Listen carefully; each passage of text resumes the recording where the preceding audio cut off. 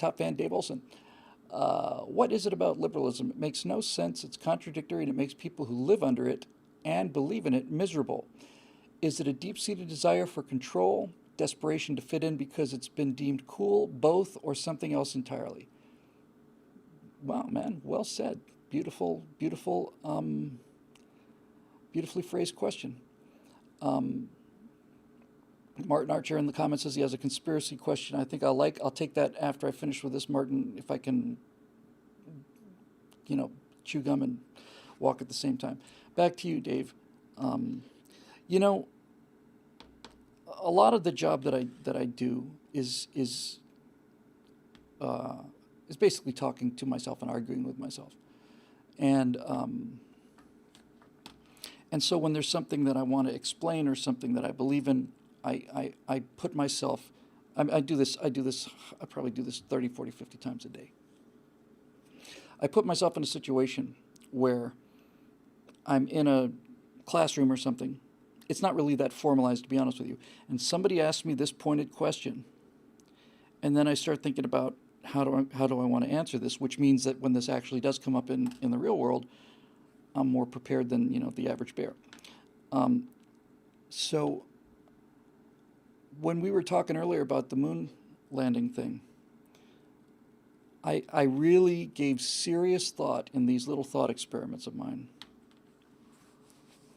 Serious thought to having this guy lay out his case. I lay out my case. He does his rebuttal, and then my rebuttal consists of this. I turn to this person and say, "Tell me a little bit about your father." I'm convinced, utterly, that this is it. That liberalism is a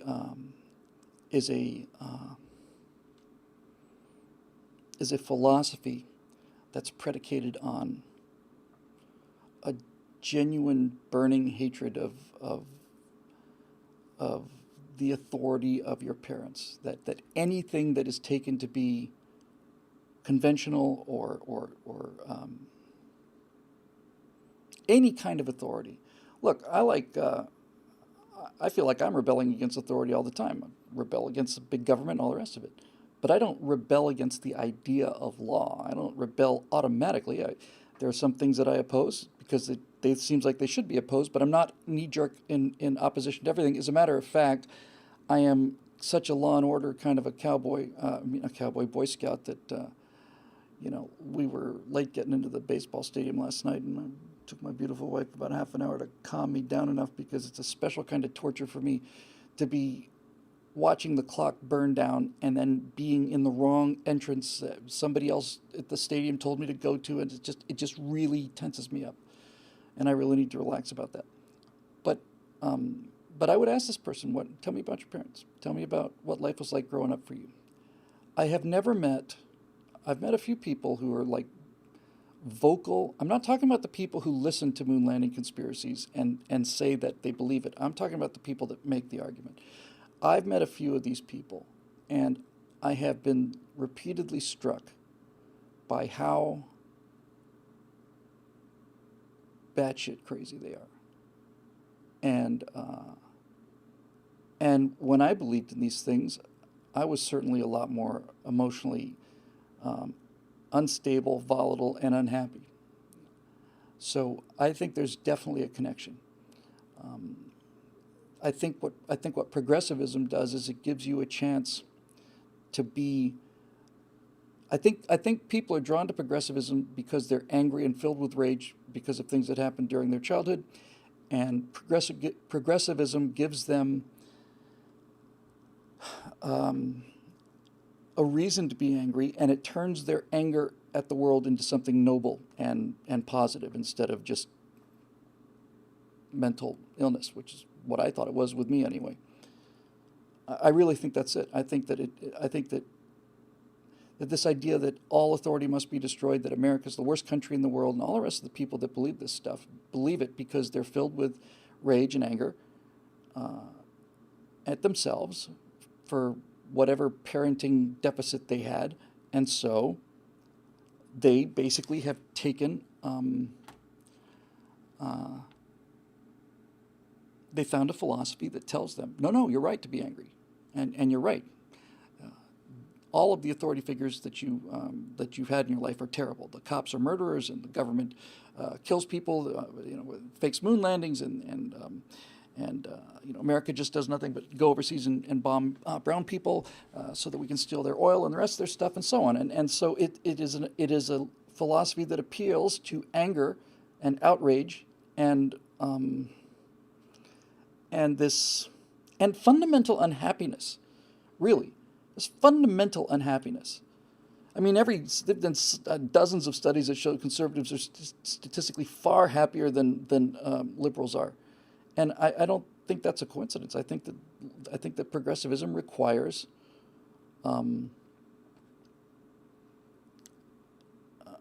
this kind of perpetual fury, and it gives people who are naturally angry a clubhouse where they can go and get patted on the back and feel good about how angry they are. I'm angry about some things too, but there are other things I'm not angry about. I am somewhat ashamed of, not somewhat, I am ashamed of the fact that this country had slaves for 80 years, but I'm not guilty about it.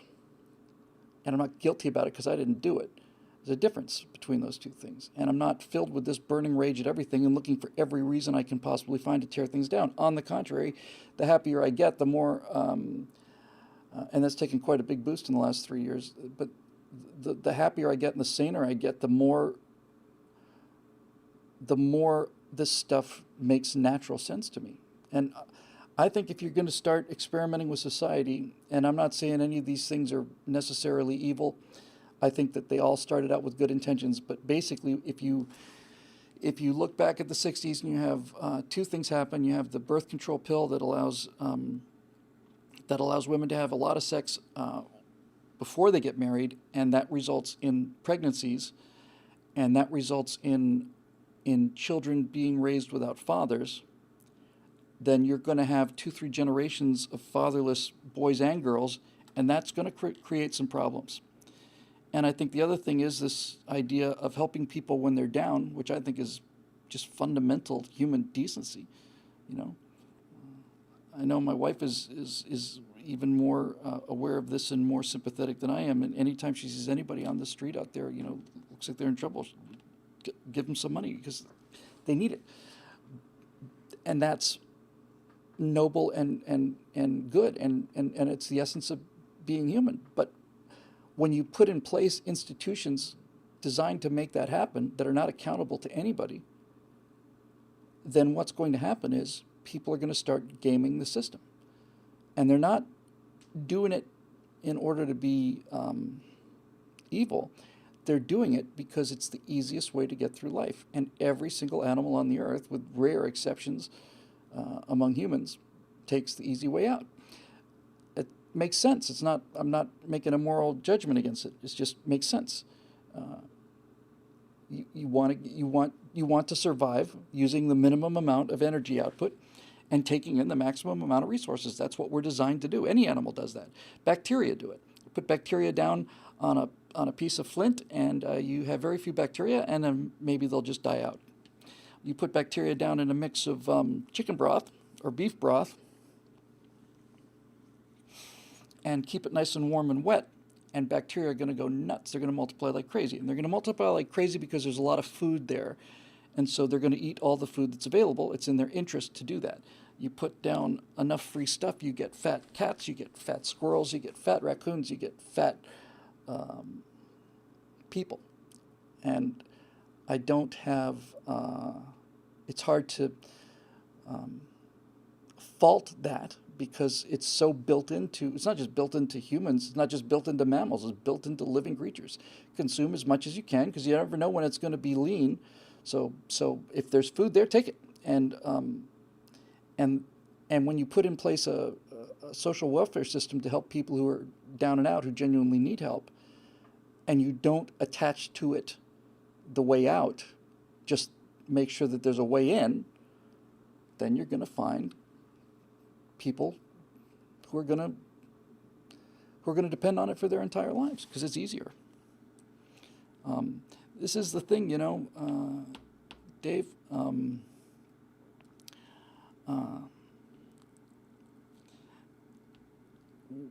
Conservatism, as we understand it, which again is classical liberalism, is a fight against entropy. That's why we can never win. We can just tie. We can win for today, but long-term win is not possible. We just have to fight today, and we can win today. But the idea that laziness and murder, rape, slander, that these things are going to disappear, just not going to happen. You can have goodness disappear, but that's just the way it is. And the reason is because once you mow the grass doesn't stop growing. If the grass stopped growing when you mowed the grass, the whole world would be a garden. But it doesn't, and so it's not. So entropy means that rust never sleeps, grass never stops growing, terrorists never give up, and you have to go out there and cut the grass every day. And this is why the myth of Sisyphus is so unbelievably powerful. I know everybody watching this being attracted to the show because you're all people of advanced intellect and vast education, needless to say, and exceptional looks too, I might add.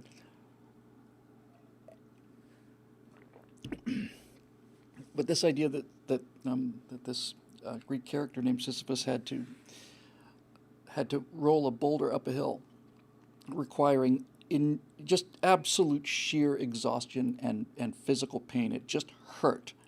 8, 10 hours, and 12 hours, whatever it took. You had to roll that boulder up the hill and put all of that work and sweat into it. And then go home, go to bed, and find out that the boulder's at the back of the hill and you got to roll it up again. That's enough to make a person want to give up, Why would you keep doing it? But that's what life is. That's what conservatism is. It's easier to do the lazy thing than it is to do the right thing. It's easier to take a check from the government than it is to go out and work hard, 18-hour days, and save your money and do all the things that you have to do. It's easier to lie about relationships than it is to be honest in them. It's easier. It's easier to do all of these things. And the fact that some people manage to understand that it's the actual act of pushing up the boulder that makes life mean something. It's not like the pushing. See, this is the thing, and I'm still learning this stuff basically, but it's like we think that we have these trials, like we got to roll this gigantic rock up this hill, and once we get it up the hill, then our trials will be over, and then everything will be smooth sailing. But that's not it. It'd be nice if it was. That's how we get through a day, I don't imagine Sisyphus ever just sat down and said, what's the point? It's going to be like this forever. He probably thought every day, if I just get it up the hill today, this will be the day. But it's not like you get the boulder up the hill and then you get to relax and put up your feet and have a margarita. That's not it. That's not how life works. Life is about rolling it up the hill. That's life. And you can either cry and scream and stomp your feet, or you can accept the fact that that boulder needs to go up the hill, and if you don't do it, then that's fine, but you now are just a raft on life. So what's your job? Well, my job is to wake up every day and to roll this big, heavy, nasty boulder up this hill, and then tomorrow I have to do it all over again. I have to do it all the time. And so you have to get to the place where you understand that you not only have to understand that rolling that rock up the hill is what life is about. You have to love it. You have to learn how to love it. You can't be happy if you don't get comfortable with the fact that these difficult things have to be done. And so I'm going to do them. And I can either bitch about it, or I can be cheerful about it, and that's going to determine how I go through life. So if I don't roll the rock up the hill, then I'm just I'm a biological entity, you know. People feed me and they house me and they clothe me, and I watch TV and have no control over my life, and I get old and I die. But if you're going to actually live a life, then you got some boulder rolling to do, and you can either fight that or you can not. You don't have to be cheerful about it because it hurts. It's work. When I say you got to love it, doesn't mean you have to like it. It's painful. Nobody wants that. But this is why this myth is so powerful. The myth is not powerful because it shows us that life has to be... The Sisyphus story is not about the fact that you have to get up and do the work every day. That's not what it's about. What it's about is what kind of guy does this. Why? It's not that, hey, all the work I did today is we got to do again tomorrow. It's not like, no. The real point is, why? Why does he do it? Why? I mean, he knows it's going to be the same tomorrow. So why does he do it? Why doesn't he just sit down and take a knee? There is something in the motivation of that. And these thoughts are all new to me, by the way. But there's something noble about, not just noble, fundamentally human, fundamentally alive. You've been given a chance to be alive, and you know, and a little infant girl who's just, 10 seconds old is worth more than a galaxy, because a galaxy is just a bunch of gas and rocks. And that comes with a price, and the price is, okay, so we got some rocks to roll. We can either cry about it or not do it, or we can understand it and just do it. If you're in a really good place in life, you get to a place where you can actually joke about it and have fun and laugh about it, and look over at the other people who are also rolling those rocks up the hill, and make a joke about it. Hey, how are you, Jim? Nice day for rock rolling, huh? What do you say? Anyway, that's an interesting question. We'll do a couple more, and then we will call it a night.